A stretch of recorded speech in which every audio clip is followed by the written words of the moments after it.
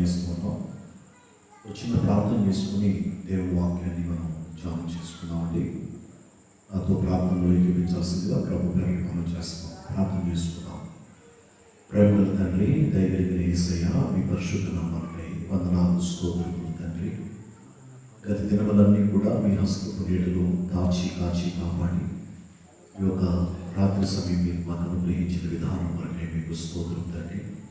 ఈ సౌరంలో కొద్ది సమయం మీ సెలవుచాటు వరకు పరిచి మీ మాటలు బయలుపరచండి. ప్రతి ఒక్కరికి వినే మనసు గ్రహించే వినేనైనా అనుగ్రహించమని ప్రార్థన చేస్తున్నాం ఆయన. మరి ముఖ్యంగా ప్రభు ఈ సేవకు మీ వాక్యాన్ని అందిస్తున్న అనేక మంది జీవితాలు కట్టుబడడానికి సహాయించండి. మహిమ ఘనత ప్రభావం పొందుతుందని యేసు అడిగి వేడుకొని పొందుకున్నాం తండ్రి. ఆమేన్. చూడండి, పరిశుద్ధ గ్రంథం బైబిల్ నుండి 1 కొరింథీయులకు రాసిన పత్రిక 16వ అధ్యాయము 13, 14 వాక్యాలు మనం ధ్యానం చేసుకున్నాం. 1 కొరింథీయులకు రాసిన పత్రిక 16వ అధ్యాయము చూడండి, 13, 14 వాక్యాలు ధ్యానం చేసుకున్నాం. మెలకువగా ఉండుడి, విశ్వాసమందు నిలకడగా ఉండుడి, పౌరుషము గలవారై ఉండుడి, బలవంతులై ఉండుడి. మీరు చేయు కార్యము అంతయు ప్రేమతో చేయుడి.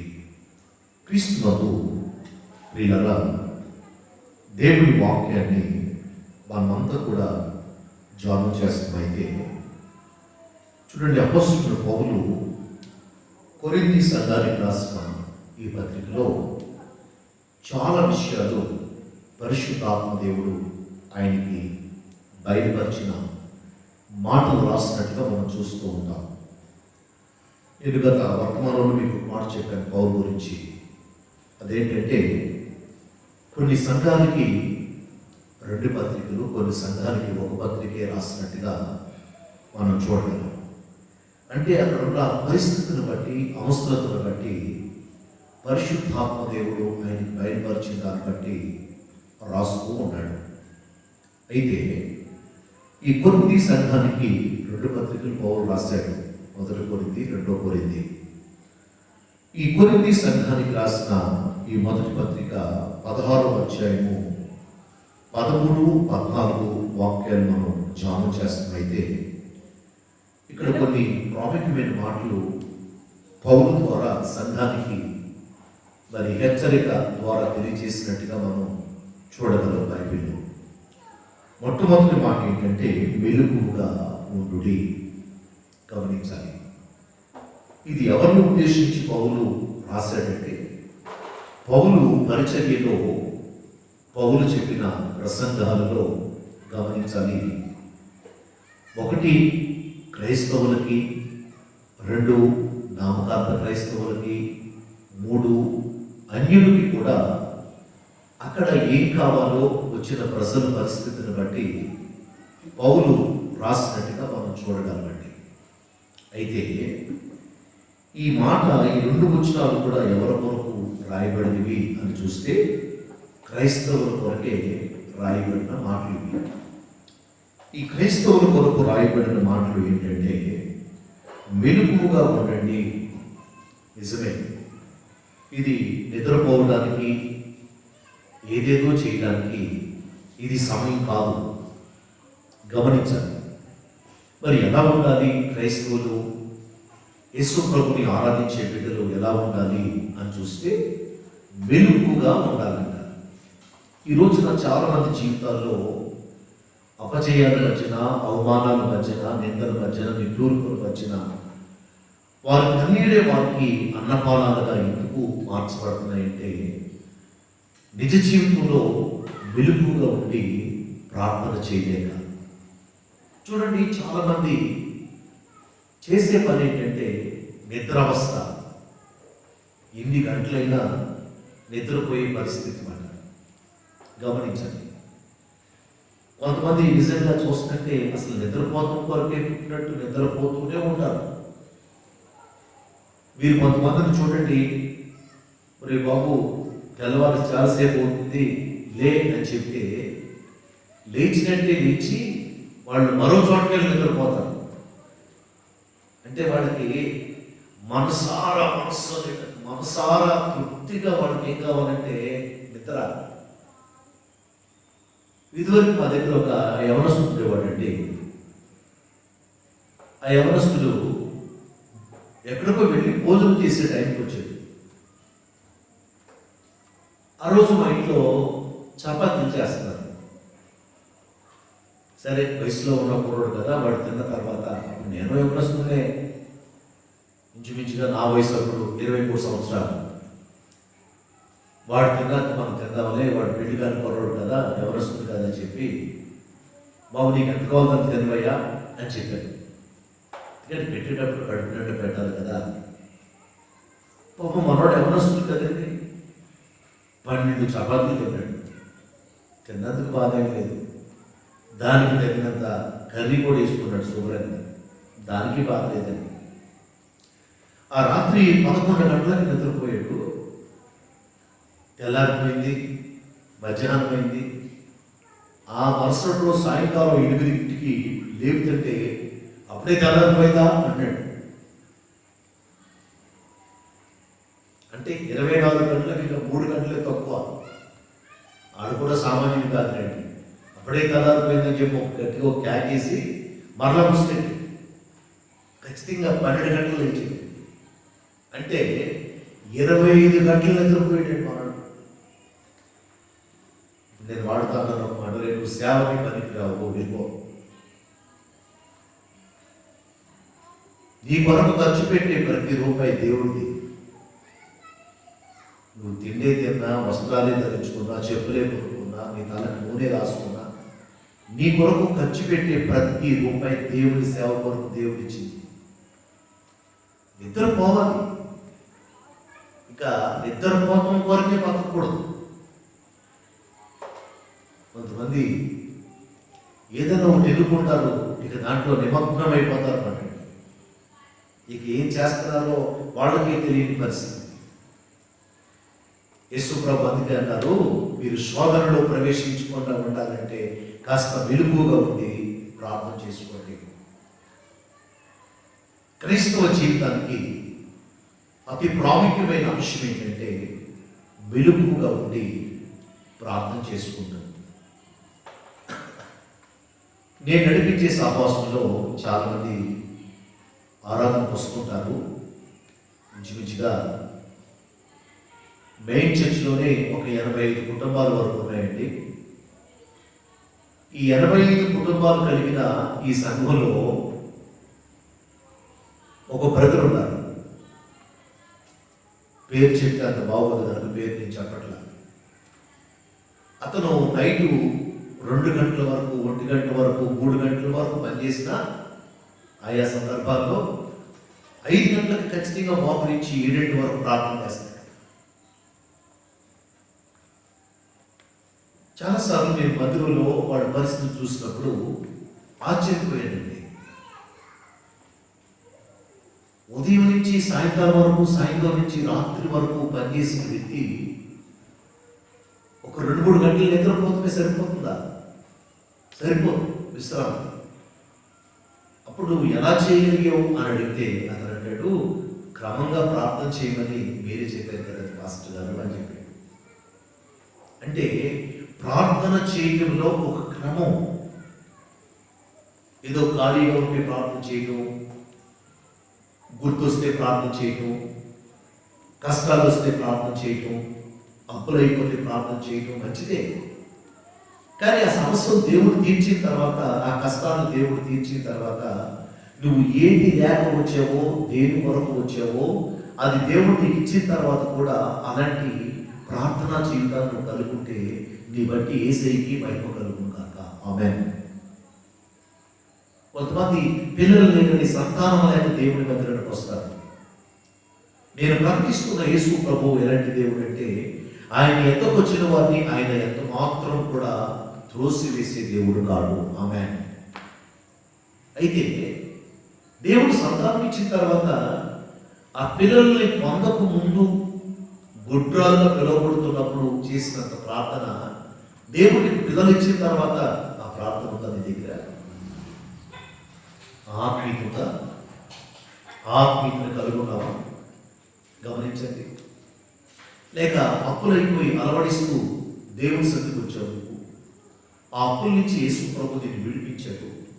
ఆ అప్పుల నుంచి విడిపిస్తే ఆ అప్పులు తీరిపోయిన తర్వాత నీ జీవితంలో అప్పులతో ఉన్నప్పుడు చేసినంత ప్రార్థన అటువంటి ఆత్మీయత ఆ అప్పులు తీరిన తర్వాత అలా నువ్వు ప్రార్థన చేయగలుగుతున్నావా? చూడండి, ఈ రోజున కష్టకాలంలో చేసినంత ప్రార్థన, యేసు ప్రభుని నమ్ముకున్నప్పుడు చేసిన ప్రార్థన, ఈ రోజున చాలా మంది జీవితాల్లో అదే ఆత్మీయత లేని పరిస్థితి. ఎందుకు అలా జరుగుతుందంటే మెలుపుగా మిగిలిపోతున్నారండి. మెలుపు కలిగిన జీవితం లేదు. అందుకే పౌలు మరొకసారి హెచ్చరిస్తున్నాడు, కొరింథీ సంఘమా, ఈ చివరి దినాల్లో మీరు ఎలా ఉండాలంటే, యేసు ప్రభుని ఆరాధిస్తున్న మనం ఎలా ఉండాలంటే మెలుపుగా ఉండి మీరు ప్రార్థన చేయాలి. మెలుపుగా ఉండండి. రెండో మాట ఏంటంటే విశ్వాసమందు నిలకడగా ఉండండి.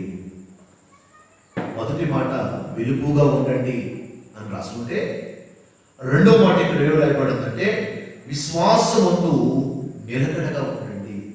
ఈరోజు ఎక్కడ చూసినా క్రైస్తవ జీవితాల్లో నిలకడ లేని పరిస్థితి, స్థిరత్వం లేదండి. చాలా మందికి అస్థిరమైన మనస్తత్వం. అందుకే మరొకసారి దేవుని వాక్యం మీ రాత్రి నీ దేవుడు మాట్లాడుతుందంటే ప్రార్థన చేయడానికి నువ్వు మెలకువగా ఉండాలి.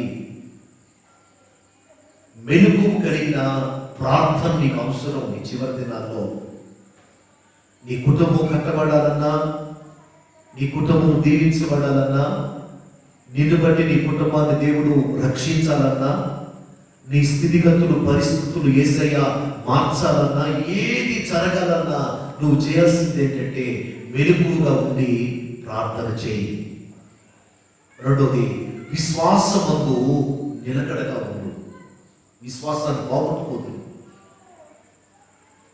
పరిశుద్ధ గ్రంథం బైబిల్ మనం జాగ్రత్తగా ధ్యానం చేస్తేనండి, బలార్జులు, బలం కలిగిన వాళ్ళు, జ్ఞానం కలిగిన వాళ్ళ కంటే కూడా విశ్వాసం ద్వారా వారు రాజ్యములను జయించేది అని రాస్తుంది బైబిల్లో.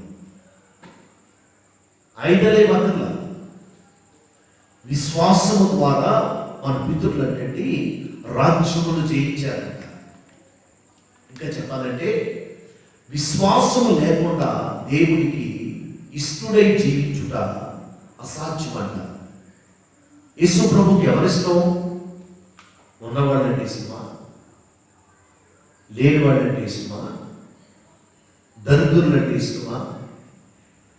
దేవుడికి అందరూ ఇష్టమే, కానీ అందరిలో ఇంకా ఇష్టపడేది ఎవరంటే విశ్వాసం కలిగి నిలకడగా ఎవరుంటారో వారిని దేవుడు చాలా ఇష్టపడతాడు.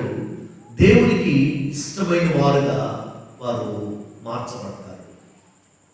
అందుకే పౌలు అంటున్నాడు, మీరు ప్రార్థన చేయడానికి వెలుగుగా ఉండటమే కాకుండా రెండవదిగా మీరు చేయాల్సిన పని ఏంటంటే విశ్వాసమందు నిలకడగా ఉండండి. నేను ఈ సమయంలో మీరు ఒక ప్రశ్న అడుగుతున్నాను. అదేంటి తెలుసా? మీరు యేసు ప్రభువుని నమ్ముకున్న కొత్తలో, ప్రార్థన చేస్తూ ప్రారంభించిన కొత్తలో ఉన్నంత విశ్వాసము ఈరోజు నీ దగ్గర ఉందా? ఎవరిని కలపండి, ఎవరిని అడగండి, నేను ఇదివరకండి బాగా ప్రార్థన చేసేవాడిని అండి, నేను ఇదివరకండి బాగా ప్రార్థన చేసేదాన్నండి, నేను ఇదివరకులాగా ప్రార్థన చేసుకుంటానికి నా కొరకు ప్రార్థన చేయి, ఇలా చెప్పేవాడిని తప్ప నేను అప్పుడు ఇప్పుడు ఎప్పుడు ఒకేలా ప్రార్థిస్తున్నాను, క్రమంగా ప్రభు సన్నిధిలో నడుస్తున్నాను అనేవాళ్ళు అరుదుగా కనిపిస్తున్నారు మనకి. విశ్వాసం ముందు మనం ఎలా ఉండాలంటే ఈ రోజు ఉన్న విశ్వాసం రేపు పోగొట్టుకునే వారుగా ఉండకూడదు. ఆ విశ్వాసం ఎలా ఉండాలంటే నిలకడగా ఉండాలి. క్రైస్తవ జీవితం అనేది ఒక నిలకడ కలిగిన జీవితం. శ్రమైనా, ఇరుకైనా, ఇబ్బంది అయినా, కరువైన, కట్టమైన, కాటకమైన నీ విశ్వాసమందు నిలకడగా ఉంటే నీకు ఏం కావాలో, ఎంత కావాలో నీకు ఆయన పంపించే దేవుడు, ఇచ్చే దేవుడు. విశ్వాసమందు నిలకడగా ఉండి నువ్వు ప్రార్థన చేయగలిగితే నిన్ను, నీ దేశాన్ని కూడా దేవుడు కాపాడి రక్షించునుగాక. Praise the lord. ఆయన కాపాడి నిన్ను, నీ దేశాన్ని రక్షించాలంటే విశ్వాసమందు నువ్వు ఎలా ఉండాలంటే నిలకడగా. ఈరోజు నీవు నిలకడగా ఉన్నావో, ఆ విశ్వాసాన్ని పోగొట్టుకున్నావో, ఆ విశ్వాసాన్ని పోగొట్టుకొని నీ జీవితాన్ని కష్టాలతో ఉన్నావో ఒక క్షణం ఆలోచించు. యేసు ప్రభువు కూడా చెప్పిన మాట ఏంటంటే నీ విశ్వాసము నిన్ను స్వస్థపరచును. సేవకులు ప్రార్థించినా, దేవుడు కార్యాలు చేసినా ఆ కార్యం జరగాలంటే, సేవకుడు ప్రార్థనకి దేవుడు నీ విషయంలో జవాబు ఇవ్వాలంటే నీలో విశ్వాసం ఉండాలి. విశ్వాసం ఉండాలి. ఆ విశ్వాసం అనేది లేకపోతే, ఆ విశ్వాసంలో నీవు నిలకడగా ఉండకపోతే చేస్తున్న ప్రార్థనకి ఎవరావు తెలుసా? జవాబు రాదు. ఒక విశ్వాస వీరుడుగా, విశ్వాస వీరురాలుగా నువ్వు దేవుడికి కనిపించాలి. విశ్వాస వీరుడుగా, విశ్వాస వీరురాలుగా నువ్వు దేవుడికి కనిపించాలంటే ఆ విశ్వాసం ముందు నువ్వు ఎలా ఉండాలంటే నిలకడగా. నిలకడగా. ఈరోజు వారి విశ్వాసం ఎలా ఉందో ఒక్కసారి పరీక్షించు. ఒకప్పుడు నువ్వు ప్రార్థన చేస్తే వెంటనే దేవుడు నీకు జవాబు ఇచ్చేవాడు. ఒకప్పుడు నువ్వు ప్రార్థన చేస్తే వెంటనే నీ ప్రార్థనకి దేవుడు కార్యాలు చేసేవాడు. ఒకప్పుడు నువ్వు ప్రార్థన చేస్తే దేవుడు వెంటనే నీ ప్రార్థన ద్వారా నువ్వు అడిగినట్లుగా, కోరుకున్నట్లుగా దేవుడు అనేకమైన కార్యాలు చేసేవాడు. మరి ఈరోజు ఎందుకు నీ కార్యాలు జరగట్లేదు? ఎందుకు నీ ప్రార్థనకి జవాబు రావట్లేదు?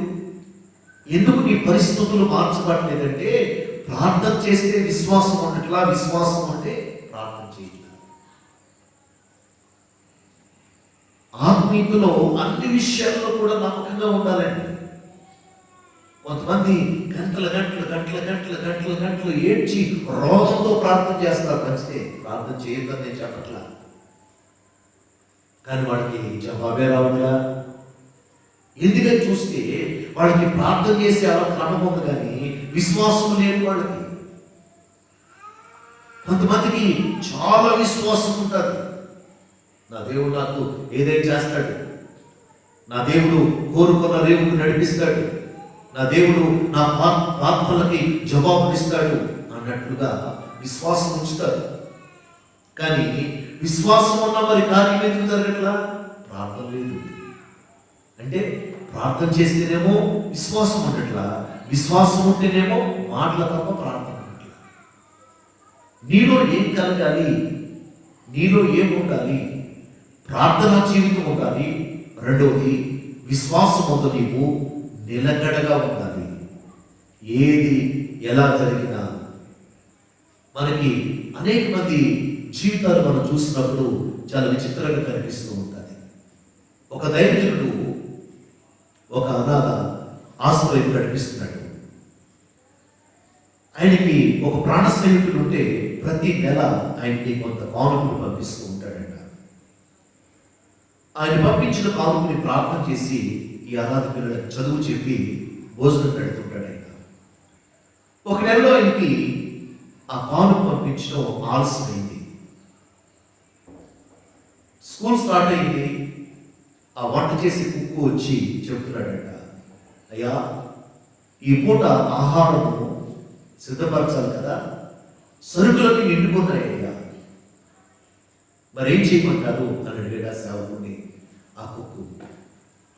దైవజనుడు అన్నాడంటే విశ్వాసంతో, నీవు ఆ పొయ్యి దగ్గరికి వెళ్ళి ప్రార్థన చేయి, యెహోవా ఈరే దేవుడే చూసుకున్నాడు కాక. Praise the Lord. సేవకుడు చెప్పినట్టుగా వెళ్ళి ఆ వంట చేసి కుక్కండి ఆ పొయ్యి దగ్గర ఉండి ప్రార్థన చేస్తున్నాడు. ప్రభువా 400 మంది పిల్లలు ఉన్నారు, వీళ్ళందరికీ ఆహారం కావాలి, ఈ సరుకులన్నీ అయిపోయినాయి ప్రభువా, సేవకుడు ప్రార్థన చేయమన్నాడు, మరి ప్రార్థన చేస్తున్నాడు ప్రభువా, ఆ మధ్యాహ్నం భోజనం మీద కొట్టేలోపే వాళ్ళకి ఆహారం సిద్ధపరుచుతాయని ప్రార్థన చేస్తాడు. సేవకుడు కూడా గదిలోకి వెళ్ళి ప్రార్థన చేస్తున్నాడండి. తీరా విషయం ఏంటంటే, ఆ ఊర్లో ఉన్న ఎమ్మెల్యే గారింటికి ముఖ్యమంత్రి గారు వస్తారని ముందుగా కౌరు పెడితే, వీళ్ళు ఎంతమంది అయితే ఉన్నారో అంతకి ఇంకా డబ్బులు ఆహార పదార్థాలు, రకరకాల ఆహార పదార్థాలు, రుచికరమైన ఆహార పదార్థాలు సిద్ధపరిచింది.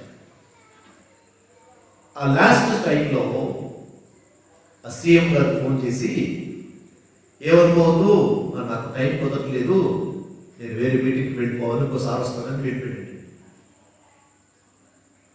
ఈ ఎమ్మెల్యే గారు ఏం చేస్తుంది? ఇంకా అయిపోయింది, పెద్ద అయింది కదా సీఎం గారు. వీళ్ళు పనులు పిలిచి, మరే ఇవన్నీ తీసుకెళ్ళారు, పడేయండి రా, బయట పడేయండి రా అన్నాడు బాబు నుంచి.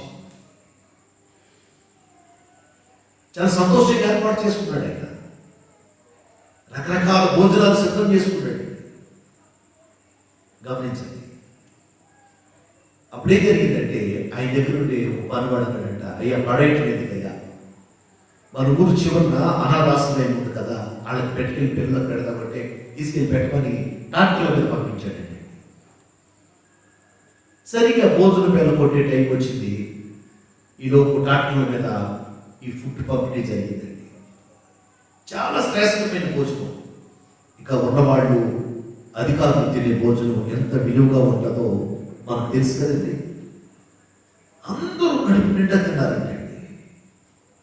ఎలా జరిగింది కార్యం అని చూస్తే, దైవజనుడు విశ్వాసం వచ్చి ఏం చేశాడంటే ప్రార్థన చేశాడండి. రెండవది, అక్కడ ఆయనకు ఆహారం సిద్ధపరిచే కుక్కు కూడా ఏం చేశాడంటే విశ్వాసం వచ్చి ప్రార్థన చేశాడు. ఆ ప్రార్థన, విశ్వాసంతో కూడిన ప్రార్థన అక్కడ క్రియ జరిగించింది. ఆమేన్. మరి ఈరోజు నీకు అలాంటి విశ్వాసం ఉందా? ఎలా బతుకుతాం? కుటుంబం ఏంటి? పరిస్థితులన్నీ తారుమారైపోయింది. దేశమంతా అతలాకుతలం అయిపోయింది. అన్ని దేశాలు పరిస్థితులు బాగోలేదు అనుకుంటున్నావు తప్ప, నీలో ఉండాల్సినంత విశ్వాసం ఉంటే దేవుడు ఒక అద్భుతాన్ని జరిగించును గాక. దేవునికి మహిమ కలుగును గాక. Praise the Lord. ఒకటి, మెలకుగా ఉండి ప్రార్థన చేయండి. రెండు, విశ్వాసముందు నిలకడగా ఉండండి. మూడో మాట ఏంటంటే పౌరుషము గలవారై ఉండండి. ప్రార్థన చేసేవాళ్ళు, యేసుక్రీస్తుని ఆరాధించేవారు ఎలా ఉండాలంటే, ఎలా పడితే అలా ఉండకూడదు, ఎక్కడ పడితే అక్కడ ఉండకూడదు, ఎవరితో పడితే వాళ్ళతో ఉండకూడదు. ప్రార్థన చేసేవాళ్ళు, యేసు ప్రభుని ఆరాధించేవాళ్ళు ఎలా ఉండాలంటే పౌరుషము గలవారై ఉండాలి. ఆ పౌరుషం కూడా ఎలా ఉండాలో తెలుసా? ఇహలోక సంబంధమైన పౌరుషం పాతాలు కాదండి, ఆత్మ సంబంధమైన పౌరుషం కావాలి మనకి. నేను మోషే వలె ఎందుకు ప్రార్థన చేయకూడదు? ఏలియా వలె ఎందుకు ఉండకూడదు? ఎలీషా వలె ఎందుకు ఉండకూడదు? చూసారండి, మనము ఏలియాను బట్టి ఎలీషా ఉన్నాడు, మోషేని బట్టి యెహోషువ ఉన్నాడు. మీకు గుర్తుందా? ఒకరోజు దేవుడిని యెహోవా మోషేతో మాట్లాడుతున్నాడు. మోషే, నేను నీతో పర్సనల్గా నీ ఒక్కడితో మాట్లాడాలి, ఆ పర్వతం మీదకి రా, సేనై పర్వతం మీదకి రా అన్నాడు. మోషేకి ఎంత గొప్ప మనసు తెలుసండి. అప్పటికే లక్షల మంది ప్రజలు, ఇశ్రాయేలీయులు, లక్షల మంది సంఘాన్ని విడిచిపెట్టి, తన భార్య పిల్లల్ని విడిచిపెట్టి అందరూ చూస్తుండగా కొండపైకి వెళ్ళాడు. దేవుడు కూడా ఎంత గొప్ప శక్తి కలిగిన దేవుడో తెలుసా? మోషే ఎంత వేగంగా కొండ మీదకి వెళ్ళాడో అంత వేగంగా అగ్ని రూపంగా దిగొచ్చాడు దేవుడికి యెహోవా. Praise the lord. మోషేతో దేవుడు మోషేతో మొగాపికిగా ఒక స్నేహితుడు మాట్లాడినట్లు 40 దినాలు అతను ప్రార్థనలో ఉండిపోయాడు. ఈలోపు ఇశ్రాయేలీయులు చేసిన పని తెలుసు కదా. ఒక 40 రోజులు పాస్టర్ గారు లేకపోతే, 40 రోజులు సేవకుడు వాళ్ళ మధ్య లేకపోతే వాళ్ళు ఏం చేశారంటే బంగారం అంతా ఒలిచి కరిగించి తోడ చేసి గంధం చేసి బట్టెక్కించి నువ్వే మా దేవుడివి, నువ్వే మమ్మల్ని నడిపించమని ఊరేగిస్తారన్నాడు. దేవుడు వెంటనే అన్నాడు, మోషే నీ ప్రజలు చెడిపోయారు ఎలవయ్యా అని చెప్పారు. మీకు గుర్తుందో లేదో, మోషే కొండ దిగి వస్తున్నాడు. ఆ చెడిపోయిన ప్రజల్లో, పాడైపోయిన ప్రజల్లో, అంటే ఆత్మీయత పాడైపోయిన ఇశ్రాయేలీయుల మధ్యన యెహోషువ లేడు. యెహోషువ ఎవరో చూస్తే మోషే ఆత్మీయ కుమారుడు. మరి ఎక్కడికి వెళ్ళాడండి? మోషేతో కలిసి వెళ్తలేదు. ఆత్మీయంగా పాడైపోయిన ఇశ్రాయేలులతో కూడా యెహోషువ లేడు. ఎక్కడున్నాడంటే గుడారములో నుంచి వెలుపలకు రాకుండా యవనస్తుడికి యెహోషువ ఏకాంత ప్రార్థన చేస్తున్నాడు. స్తోత్రం. దేవుడు మానవుడికి ఇచ్చిన టైంలో వెరీ ఇంపార్టెంట్ టైం యవనస్తుడిగా ఉంటాం. ఆ సమయం చాలా విలువైంది. యవన జీవితాన్ని దేవుడికి ఇస్తే ఆ జీవితాన్ని దేవుడు ఎంత ఉన్నత శిఖరాలకు దేవుడికి ఇస్తాడంటే నీకు చెప్పసత్యం కాదండి. అది ఆ కొండ దిగిన మోషేతో పాటు నడుచుకుంటూ వస్తున్నాడు యెహోషువ. చూసారా? యెహోషువ ఒక్కడే అలా ఉండగల కారణం ఏంటంటే, ఒకటి ప్రార్థన చేస్తున్నాడు, రెండవది తన జీవితంలో విశ్వాసమందు నిలకడగా ఉన్నాడు, మూడవది అతను ఏం చేస్తున్నాడంటే ఆత్మ సంబంధమైన జీవితంలో పౌరుషం గలవాడై ఉన్నాడు. ఎవరితో పడితే వాళ్ళతో కలవక, ఎవరితో పడితే వాళ్ళతో తిరగక, అపవిత్రమైన పనులు చేయక, అపవిత్రమైన జీవితాన్ని జీవించక, అతని జీవితంలో ఏం కలుగున్నాడంటే ఆత్మ సంబంధమైన పౌరుషం కలిగి ఉన్నాడు. ఈరోజు నువ్వు ఎలా ఉన్నావు? ఈరోజు నువ్వు ఎలాంటి అనుభవాన్ని కలిగి ఉన్నావు? ఒక క్షణం ఆలోచించు. ఆత్మ సంబంధమైన పౌరుషం నీకుంటే యేసయ్యకి మహిమే కలుగును గాక. మరి ఆత్మ సంబంధమైన పౌరుషం లేకుండా, విశ్వాసమందు నిలకడ లేకుండా, ప్రార్థన చేయడం వరకు వెలుగు కలిగిన జీవితం లేకుండా, ఏదో నేను కూడా ప్రభువు నమ్ముకున్నానని చెప్పుకునే వ్యక్తిగా ఎందుకు నీకు మోసం చేసుకుంటావు? ఎందుకు నీ జీవితాన్ని నీవు పాడు చేసుకుంటావు? ఇదిగో దేవుడి వాక్యాన్ని మనం ధ్యానిస్తే మనం ఏం చేయాలో, ఏం చేయకూడదో, ఎవరితో ఉండాలో, ఎవరితో ఉండకూడదో ప్రతి విషయం తేట తెల్లగా ఇక్కడ రాయబడి ఉందండి. తేట తెల్లగా. మరి నువ్వు ఎలా ఉన్నావు? వెలుగుబడి ప్రార్థన చేస్తున్నావా? విశ్వాసం ముందు నిలకడగా ఉన్నావా? మూడవ మాట ఏంటంటే పౌరుషం గలవారై ఉండండి. ఆత్మ సంబంధమైన పౌరుషం. నీ పక్క వ్యక్తి గంట ప్రార్థన చేస్తే నేను ఎందుకు గంట పోవన్నా ప్రార్థన చేయకూడదు? నీ పక్కన ఉన్న వ్యక్తి ఒక 3 రోజులు ఉపవాస ప్రార్థన చేస్తే నేను ఎందుకు 5 రోజులు ఉపవాస ప్రార్థన చేయకూడదు? దాన్నే ఆత్మ సంబంధమైన పౌరుషం అంటారు. కొంతమంది పక్క వాళ్ళు ఎంతో ఏడ్చుకొని ప్రార్థన చేసుకున్నా, పశ్చాత్తాపడి ప్రార్థన చేసుకున్నా, కన్నీరు విడిచి ప్రార్థన చేసుకున్నా, ఉపవాసం నుండి ప్రార్థన చేసుకున్నా, వీళ్ళు మాత్రం అలాగే ఉంటారు. మార్పు లేని జీవితం, నామకార్థమైన పరిస్థితి. మార్పు లేని జీవితాన్ని కలిగి నామకార్థమైన పరిస్థితిలో ఎంతకాలం నీ జీవితాన్ని నడిపించుతావు? మన ప్రభు మనకి సమీపంగా ఉన్న దినాలు, దేశమంతా అతులపోతలాలు అయిపోతున్న, దేశాలన్నీ భయంకరమైన పరిస్థితుల్లో ఉన్న దేవుడు ఎంతగానో మనల్ని, మన దేశాన్ని కాపాడుతున్న దేవుడిగా ఉన్నాడు. ఆయన మరి అంతగా మనల్ని కాపాడి ఆదరిస్తుంటే, మన పక్షమున దేవుడు అంత ఉన్నతమైన కార్యాలు ఆయన చేస్తుంటే, నువ్వు వెలుగుగా ఉండి ప్రార్థన చేయక, విశ్వాసమందు నిలకడగా ఉండక, ఆత్మ సంబంధమైన పౌరుషం కలిగి ఉండక ఎందుకు నీ జీవితంలో నువ్వు మోసం చేసుకునే వ్యక్తిగా ఉంటావు? ఎందుకు నీ జీవితంలో నువ్వు ఆత్మ సంబంధంగా దేవునికి దూరమైన వ్యక్తిగా ఉంటావు? 4వ మాట చదువుతామండి. బలవంతులై ఉండుడి. Praise the Lord. దేవుని బిడ్డలు ఎలా ఉండాలో తెలుసా? యేసుక్రీస్తుని ఆరాధించేవాడు ఎలా ఉండాలో తెలుసా? బలవంతులై ఉండుడి. మీకు గుర్తుందా? ఒక్కడే వస్తున్నాడు, ఎవ్వరు లేరు అతనితోటి. అతని చేతిలో ఆయుధాలు కూడా ఏమి లేవండి. శత్రువు దాన్ని చూసి ఒకేసారి 1000 మంది దండెత్తుకొచ్చారు. అతను ఎవరంటే పరాక్రమం కలిగిన బలార్జునుడు శాంసన్. గాడిద దవడ ఎముకతో 1000 మందిని చంపి ఒక చోట పూ కింద వేసేది. ప్రార్థన జీవితంలో, ఆత్మీయతలో బలవంతులై ఉండాలి మనం. ఈరోజు ఎందరో బలవంతులు కూడా బలహీనుడు అయిపోతున్నారు. అసలు బలవంతులు ఎవరో బలహీనుడు ఎవరో ఏమి తెలియట్లేదు.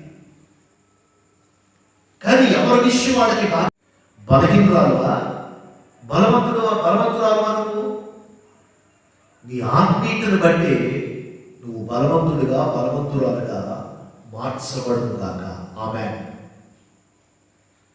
నీలో ఎంత ఆత్మీయత ఉంటావో, ఎంత ప్రార్థనా జీవితం కలిగి ఉంటావో, ఎంత పరిశుద్ధత కలిగి ఉంటావో, ఎంత నిలకడగా ఉంటావో, ఎంత విశ్వాసంలో నిలకడగా స్థిరం కలిగి ఉంటావో, నీవు ఏం చేయబడతావంటే బలవంతుడిగా మార్చబడతావు. నీ భక్తి నీకు ధైర్యము పుట్టించదా అని రాస్తుంది బైబిల్లో. నీవు భక్తిపరుడుగా భక్తిపరురాలుగా ఉంటే ఆ భక్తి నీకేం పుట్టిస్తుందంటే ధైర్యాన్ని పుట్టిస్తుంది. ఈరోజు మరి ఎలా ఉన్నావు? బలవంతుడిగా ఉండాల్సిన నీవు, బలవంతురాలుగా ఉండాల్సిన నీవు ఒకవేళ ఆత్మీయతలో ఒకవేళ బలహీనమైపోయావా? నువ్వు బలవంతుడిగా ఉండాలి తప్ప బలహీనుడిగా ఉండకూడదు. నీవు బలాన్ని కలిగి ఉండాలి తప్ప బలహీనత కలిగి నువ్వు జీవించకూడదు. ఈరోజు నేను ముగించే ముందు ఒక మాట చెప్పి ముగిస్తాను. అదేంటంటే, 1 ప్రార్థన చేయడానికి వెలుగుగా ఉండండి. 2 రెండో మాట విశ్వాసముందు నిలకడగా ఉండండి. పౌరుషం గలవారై ఉండండి. బలవంతులై ఉండండి. ఆత్మీయంగా బలవంతులై ఉండండి. ఎక్కడ బలహీనులు కావద్దు. ఈ చివరి దినాల్లో దుష్టుడైన సాతానుడు ఎవరికి వేసే జ్ఞానాన్ని వాళ్ళకి వేస్తున్నాడు. ఎందుకు సాతాను జ్ఞానం వేస్తున్నాడంటే నీలో ఉన్న బలాన్ని తీసేసి బలహీనత నీకు కలగ చేయటం కొరకే. కొంతమంది ప్రభు నమ్ముకున్న పేరు కొరకు, పేరు ప్రఖ్యాతుల కొరకు ఏదైనా చేస్తారండి. రకరకాల అనుభవాలు, రకరకాల పరిస్థితులు అన్నమాట. మరి ఈరోజు నువ్వు ఎలా ఉన్నావు? ఎలాంటి అనుభవంలో కొనసాగుతున్నావు? పేరు కొరకు, ప్రఖ్యాతుల కొరకు నీ ఆత్మీయతను పాడు చేసుకునే వ్యక్తిగా ఉన్నావా? ఈరోజు నీ జీవితంలో ఒక్క క్షణం ఆలోచించు. క్రైస్తవుడు ఎలా ఉండాలంటే, క్రైస్తవురాలు ఎలా ఉండాలంటే బలవంతురాలుగా ఉండాలి. వాళ్ళే నిజమైన క్రైస్తవుడు. ప్రతిదానికి లోబడిపోయి, ప్రతి చిన్న విషయానికి, ప్రతి పెద్ద విషయానికి నీ జీవితాన్ని పాడు చేసుకునే వ్యక్తిగా ఎందుకు మిగిలిపోతున్నావు? నీవెక్కడ బలహీనపరచబడ్డావో, ఎక్కడ బలహీనమైపోయావో అక్కడ నీవు లేవాలి. నీవే విషయంలో నీ బలాన్ని పోగొట్టుకున్నావో, ఎక్కడ నీ బలాన్ని కోల్పోయావో తిరిగి అక్కడ నీవు నీ బలాన్ని సమకూర్చుకోవాలి. అప్పుడే నువ్వు చేస్తున్న ప్రార్థనకి దేవుడు జవాబునిస్తాడు. నువ్వు ఆరాధించే ఆరాధన ద్వారా యేసయ్య నామం మహిమపరచబడుతుంది. చివరి మాట, దాంట్లోనే ఉన్న చివరి 5వ మాట ఏంటంటే, చేయు కార్యము ప్రేమతో చేయండి. మీరు ఏ కార్యం చేసినా, ఏ కార్యాన్ని తలపు పెట్టినా, ఇది నేనే చేయాలా, ఇది నా ఒక్కడి వల్లే జరగాలా అని సనుక్కుంటూ గురుకుంటూ చేయకూడదు. ఎలా చేయాలంటే ప్రేమతో. అది చిన్న విషయం కావచ్చు, పెద్ద విషయం కావచ్చు. నువ్వేది చేసినా, ఎవరికి చేసినా ఎలా చేయాలంటే ప్రేమతో చేయి. అదే యేసయ్య ప్రేమ. యేసయ్య శత్రువును కూడా ప్రేమించాడు. ఆ యేసయ్య ప్రేమ నీలో ఉండాలంటే, యేసయ్య ప్రేమ నువ్వు పొందుకోవాలంటే, ఎదుటి వాళ్ళకు చేసినప్పుడు అది ప్రేమతో నువ్వు చేయాలంటే గమనించాలి. నీ జీవితంలో నువ్వు ముందున్న పైనున్న 4 మాటలు నెరవేర్చే వ్యక్తిగా ఉండాలి. ఇప్పుడు వాక్యం చెప్తున్నా. నేను ఒక 22-23 సంవత్సరాల క్రితం నాకు సైకిల్ కూడా లేదంట. చిరిగిపోయిన వాటిలో కడుపు నిండా అన్నం తినలేని పరిస్థితి తినలేని పరిస్థితి. నేను ఒక 2 రోజులు ఊరు దేవుడి సేవ కొరకు వెళ్ళి ఆ 2 రోజులు అక్కడ యేసు ప్రభు సువార్త ప్రకటిస్తే కొంతమంది యేసు ప్రభుని బట్టి నన్ను ప్రేమించి ఒక 10 కిలోల బియ్యం, ఒక 100 రూపాయల కానుక నాకు పాటించారు. ఆ అతిశయంతో తొక్కుంటూ ఇంటికి వస్తున్నాను. నేను చాలా సంతోషంగా ఉన్నాను. నేను ఎందుకో తెలుసా, కడుపు నిండా అన్నం తిని చాలా రోజులు అవుతుంది. అప్పటికి గమనించాలి. ఆకులు అలవడిస్తున్నానండి. ఇన్ని బియ్యం ఇచ్చారు, 100 రూపాయలు. ఆ రోజుల్లో 100 రూపాయలు అంటే మాటలు కాదు. ఇంటికి వెళ్ళి శుభ్రంగా భోజనం సిద్ధం చేసుకొని కడుపు నిండా అన్నం తినవచ్చు అనుకున్న పరిస్థితి అండి. ఏం జరిగిందో తెలుసా, ఒక ఇంటి దగ్గర 4-5 స్త్రీలు నిలబడి ఉన్నారు. ఆ దారంలో వచ్చి నేను ఆగి, ఏంటమ్మా అని అడిగితే, ఇక్కడ ఒక మామగారికి బాగోలేదండి అని చెప్పారు. వెంటనే నా సైకిల్ ఆపి ఆ మామగారు కొరకు ప్రార్థన చేస్తే నాకు ఇప్పటికీ నా కళ్ళ ముందే ఉందండి. ఏంటమ్మా అని అడిగితే ఆ మామగారు చెప్పిన సమాధానం ఏంటి తెలుసండి, అయ్యా నాకు ఏ అనారోగ్యం కాదు, నేను భోజనం చేసి 3 రోజులు అవుతుందయ్యా అని చెప్పిందండి ఆవిడ. నా కళ్ళని నీళ్ళు వచ్చినాయండి. భర్త చనిపోయాడంట, వయసులో ఉండిన పిల్లలు కూడా పుట్టలేదు ఆవిడకి. ఒక విధవరాలు, ఒక అనాథగా ఉన్న పరిస్థితి అనమాట. వెంటనే నా దగ్గరున్న ప్రార్థన చేసి, నా దగ్గరున్న ఆ 10 కేజీల బియ్యం, ఆ 100 రూపాయలు ఆవిడకి ప్రార్థన చేసి ఇచ్చానండి. ఇచ్చాను కానీ ఇంటికి మళ్ళీ ఇచ్చేసి ప్రార్థన చేసి వచ్చేటప్పుడు కనీసం ఇంటికి వచ్చేలోపు ఒక్కసారి కూడా అయ్యో 10 కేజీలు బియ్యం ఇచ్చేసానే, 100 రూపాయలు ఇచ్చేసాను, పోను 5 కేజీలు బియ్యం ఇచ్చి 50 రూపాయలు ఇస్తే నాకు సార్ ఉండేది కదా అనుకోలేదు. ఎందుకంటే బైబిల్లో ఏముందంటే, నీవు ఏది చేసినా ప్రేమతో చేయి. ఆ రోజు ఆ మామగారు ఆకలి తీర్చిన కారణాన్ని బట్టి యేసయ్య ఈరోజు ఒక్క పూట కూడా పస్తు లేకుండా సమృద్ధినిచ్చి ఆయన పోషిస్తున్నాడండి. యేసయ్యకి మహిమ కలుగును గాక. గమనిస్తారా? నేను ముగిస్తున్నాను. ఈరోజు చర్చెస్లో ప్రార్థన పెట్టడానికి లేదు, ఆరాధన చేసుకుంటానికి లేదు, బయటికి ప్రజలు వస్తానికి లేదు, పని చేసుకుంటానికి లేదు, చదువుకుంటానికి, పిల్లలు ఎగ్జామ్స్ రాస్తానికి లేదండి. దేశం భయంకరంగా ఉంది. ఈ కరోనా వైరస్ని బట్టి దేశం అంతా అల్లకల్లోలంగా ఉందండి. అందుకే ఇలా వాక్యం రికార్డ్ చేసి యూట్యూబ్లో పెడుతున్నాం. మీరు వాక్యం వినండి, తెలియని వాడికి కూడా తెలియచేయండి. వాక్యం విని ఆత్మీయంగా బలపడాలనే ఉద్దేశంతోనే ఇలా వాక్యాన్ని మీకు పంపించడం జరుగుతుంది. నేను ముగిస్తున్నాను. నేను చివరిగా మీకు చెప్పేది ఒకటే, మెలకువగా ఉండి ప్రార్థన చేసుకోండి. విశ్వాసం అందు నిలకడగా ఉండండి. ఆత్మ సంబంధంగా పౌరుషంగా ఉండండి. బలవంతులై ఉండండి. మీరు చేయనంతా కూడా ప్రేమతో చేయండి. ప్రార్థన చేసుకోండి. కళ్ళు మూసుకోండి. ప్రేమ కలిగిన తండ్రి, దయగలిగిన యేసయ్య, మీ పరిశుద్ధమైన నామాన్ని వందనాలు, స్తోత్రములు ప్రభువా. ఒక్కసారి మా దేశాన్ని, మా భారతదేశాన్ని, మా ఆంధ్ర రాష్ట్రాన్ని, 29 రాష్ట్రాన్ని, ప్రతి జిల్లాని కూడా జ్ఞాపకం చేసుకోండి ప్రభు. అధికారులైనా ఎంతగానో శ్రమిస్తున్నారు, కానీ రోజు రోజుకి మా భారతదేశంలో మహారాష్ట్రలో ఎక్కువ, మా ఆంధ్ర రాష్ట్రంలో కర్నూలు జిల్లాలో ఎక్కువ కేసులు నమోదవుతున్నాయి. మరణాల సంఖ్య పెరుగుతుంది ప్రభు. ఈ కీడు గమనించండి.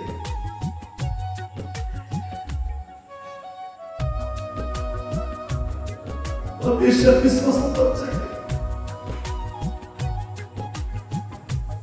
మా దేశాన్ని బాగు చేయండి. మా దేశం పట్ల మీ కనికరాన్ని చూపించండి. మా దేశంలో గొప్ప విడుదల దయచేయండి. ఈ కరోనా వైరస్ ని పారదోలండి ప్రభు. యేసుక్రీస్తు నామములో బంధిస్తున్నాం.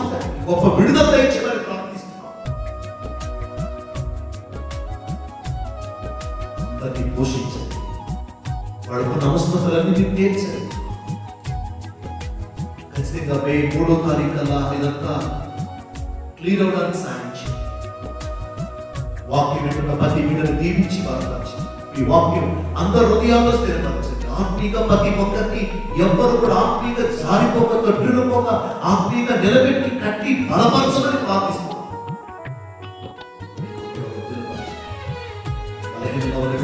బాగు చేయండి. ఈ మాటలు మా హృదయాల్లో స్థిరపరచండి. యేసు నామములో అడిగి వేడుకొని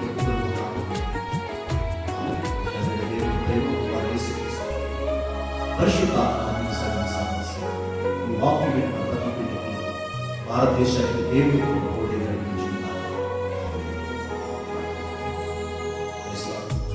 ప్రార్థన చేసుకోండి. వాక్యం ఎక్కువ చదవండి. ఎక్కువ టైం ఖాళీ ఉండదు కనుక, అవకాశం ఉండదు కనుక ఎక్కువ ప్రార్థన చేయండి. ఎక్కువ వాక్యం చదవండి. ఈ వాక్యాన్ని ప్రతిరోజు వినండి. మరి వినని వాడికి, తెలియని వాడికి కూడా తెలియజేసి వాక్యం సబ్స్క్రైబ్ చేయమని చెప్పండి. దేవుడు కూడా అందరినీ బాగుగా దీవించును కాక. ఏ విధి సమయం రాసుకున్నాం.